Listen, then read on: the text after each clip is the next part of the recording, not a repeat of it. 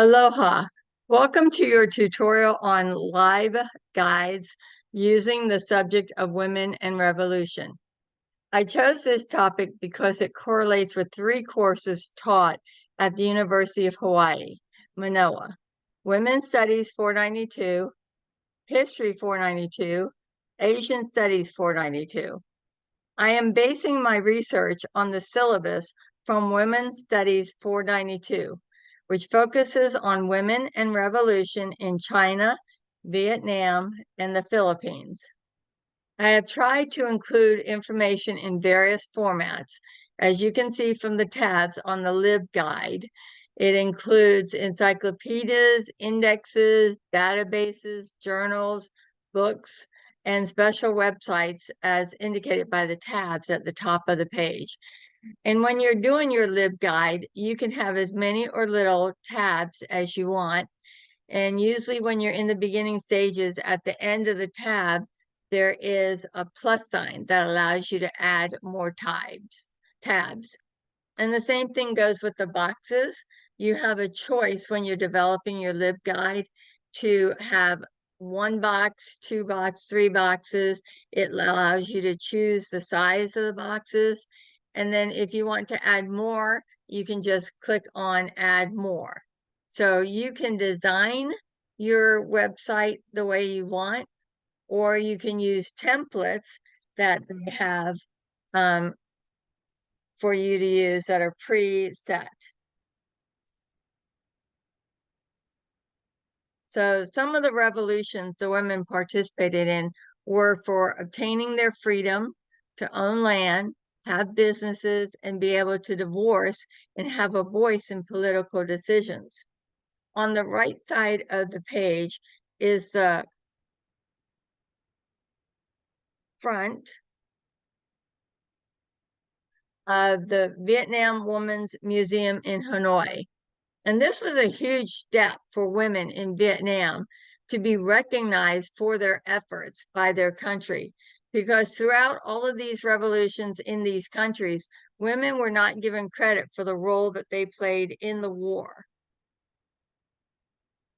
On the right side is the symbol for feminism called Rosie the Riveter, a female factory worker flexing her muscle with a clenched raised fist combined with a Venus symbol. And it is an iconic symbol of the women's liberation movement. Also, you can see if you'd like to contact me, I have included my email address. A couple of things I learned as I worked through the program was that the description has a word limitation. So if you hit that limitation, it stops. But if you need to edit it, you go up here to where it says home. It'll show a little blue box, and then you can click on it and edit your description. That took me a little while to learn, so it might be helpful to you. And also, you're able to rearrange these tabs. If you type them in and you realize that's not the order you want them in, you can just click on them and you can rearrange them in the order that you want. I usually begin my searches using OneSearch Manoa. And sometimes I'll use dictionaries, encyclopedias. And the reason I do this is because I'm looking to obtain keywords for future searches. So you can see here, Manoa is an excellent search engine that in this case looks through all of the information available at the Hamilton Library in Hawaii. And some of the keywords I used during my search, and there were many of them, but some of them were gender equality, the Long March, suffrage, Confucius, Iron Ladies, Comfort Woman, women resistance fighters, third wave feminism. The other thing you can do is you can look at famous battles for the research on this topic. There were many of them that women were involved in: the May 4th movement, the third wave, the Indochina Wars, obviously the Vietnam War, the Great Leap Forward. Women resistance fighters was also a term that was useful in finding information about the women's part in the war. You could also look under legislation that was passed in the different countries related to women. As they revolted, as they participated with their country, different advantages were given to them, such as the Marriage Act, which allowed them to divorce. Education for all. It was a big deal to get an education for women and girls. The Labor Code of 2019, and there was a national strategy on gender equity that was also came about as a part of the revolt. Another thing that you could use in your search would be the armies that the women participated under. The Red Detachment, Iron Ladies, the Red Sisters, the Women Resistance Fighters, the Soldiers of the Women's Independent Brigade of the Fourth Front. All of these can provide you with additional information on the topic. There's even a poem out there that Kipling wrote about the soldiers. It was a rhyme. There's opera performances out there. And here are some of the bibliographies and indexes that you can use. They're excellent sources to begin your research. This MLA is an international bibliography, and I found in there some articles about hashtag I am women and the third wave feminism and hashtag feminism, which depicts the role and the experiences of women from the Philippines, China, and Vietnam. And it not only has books, but it also has electronic versions of items. Oxford Research Encyclopedia of Asian History is an excellent source. The articles there are peer-reviewed. It is a digital encyclopedia of the history of Asia, has a lot of primary sources, focuses on humanities and social sciences, talks a lot about the effect of Confucius on the lives of the women. Another excellent source is the PIS Index. Again, it's international of public and social policy in government, political science, and social science. So it's a great resource with journal articles, books, and government publications. And again, one of the things you might do as you're getting your sources is you might want to hyperlink them to where you found them. And it's very simple. You go to your source, you get the URL, copy it, you go to your term, you highlight it, and then it comes up with a spot that says link, and that will hyperlink your article so it takes you back to the original. And these are some pictures from Wikipedia and some of the other indexes. The female South Vietnamese Popular Forces, one of their armies. You can see a Viet Cong guerrilla, a female. These female are waiting to be transported. They were prisoners of war. And this is the Red Sisters, a group of soldiers, female soldiers. So once I've done my one search and looked in my encyclopedias and bibliographic information, I go to my databases. And these are excellent sources for finding information. One of the most popular is JSTOR. A lot of the other databases works with them. You might click into BAS and it'll send you back to JSTOR. Lots of articles and books and images, as well as primary sources. And it's open access, which means you're not just doing one collection, you're doing millions of collections. And one in particular is the Metropolitan Museum of Art and what's called the Welcome Collection. These are excellent resources about Asian women and their revolution. BAS is a really popular Asian resource. It also focuses on humanities and social sciences. It has citations, which are great when you're doing research. The thing with BAS is if you can use the Asian terminology, a lot of times with the foreign databases, if you use the Asian words, it provides you with more articles, more information. There's a very popular one called People's Daily. Now, when you're doing some of these foreign databases, you have to recognize who is producing the information. In this case, with People's Daily, it's being sponsored by the government. So every article has been looked at by the government, and they have determined what information they will share and what information will not be included. And I think a really good example of this was my husband and I went to China, and we were on a bus with some female tour guides, and we just brought up the topic of Tiananmen Square, and we asked them, what they knew about it, and they told us that, oh, that was just a small skirmish between a couple of students and the military. But obviously, in the United States history of Tiananmen Square, it was a very huge impact on the government and on the people. And it was more than just a couple of people.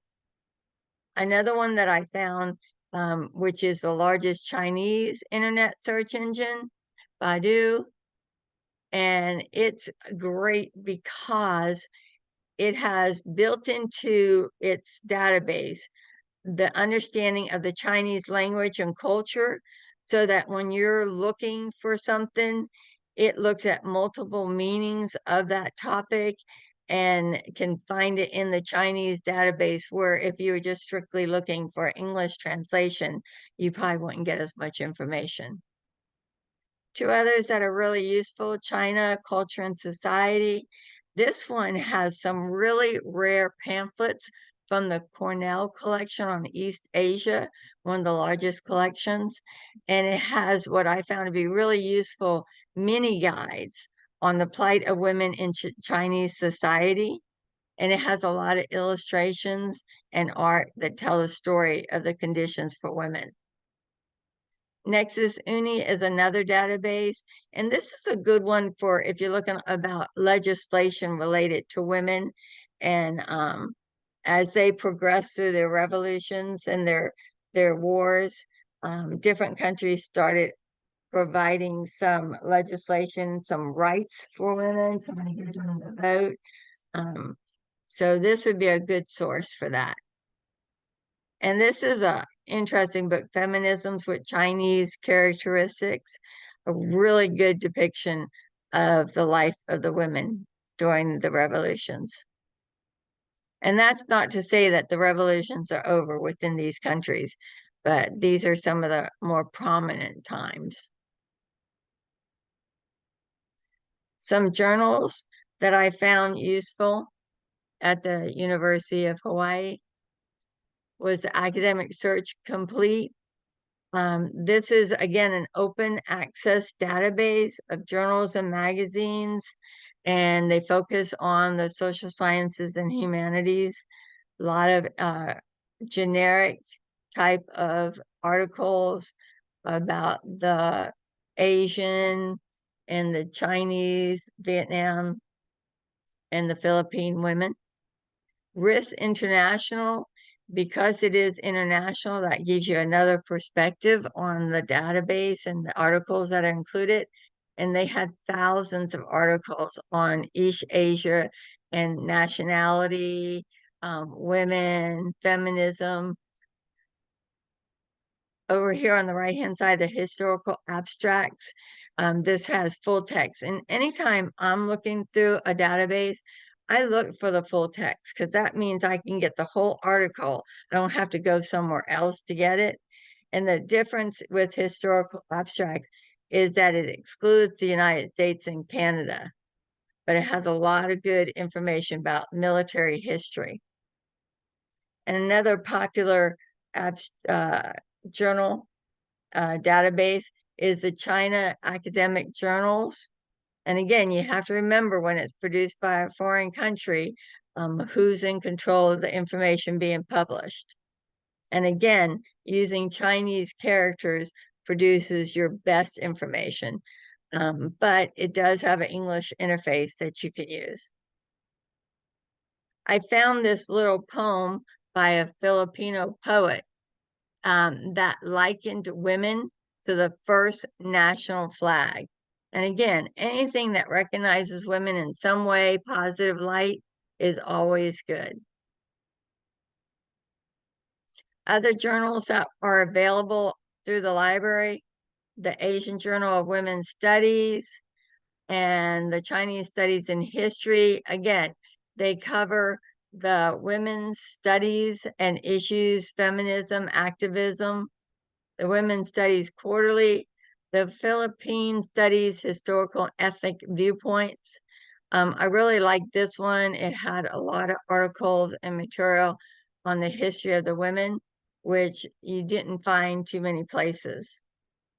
The Journal of Southeast Asian Studies, Gender and Development. This is an interesting journal because it allows people to publish information that other journals might not allow because of the content.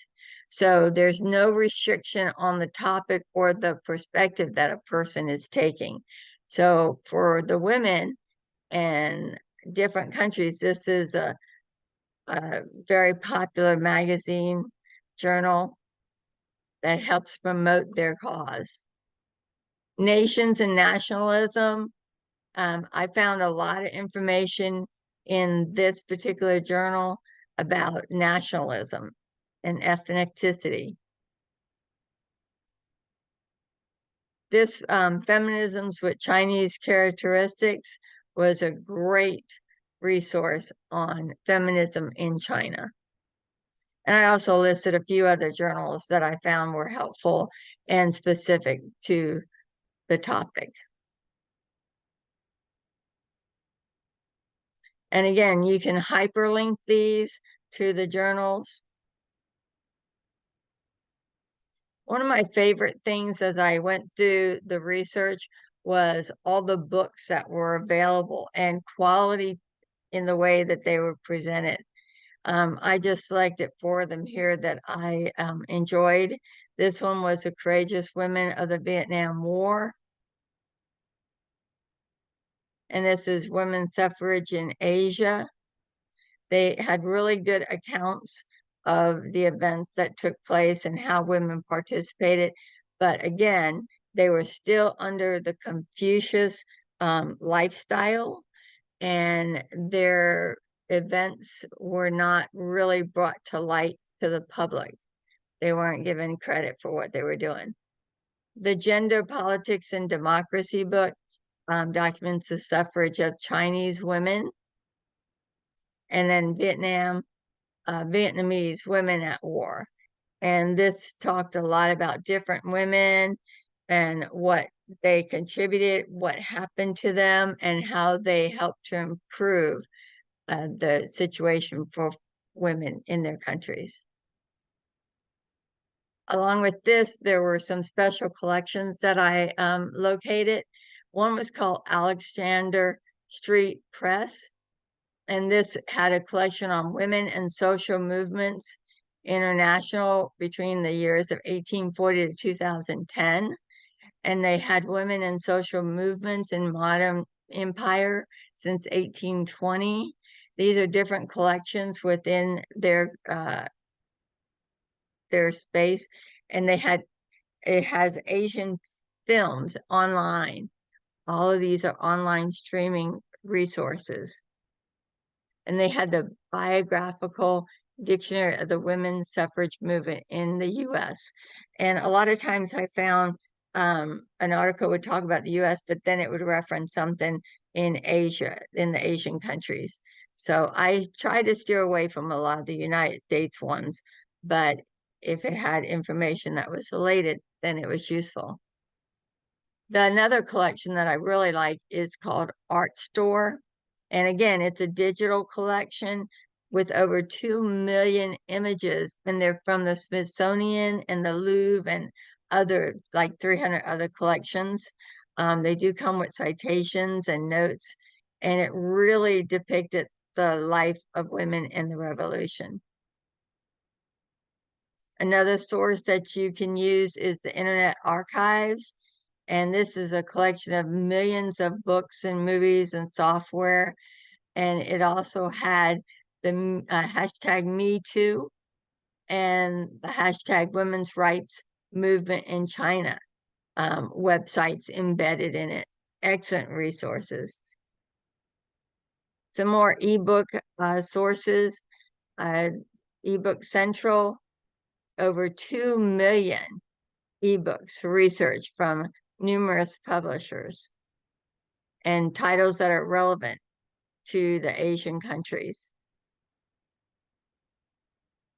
Project Muse was another digital collection in the humanities and social sciences.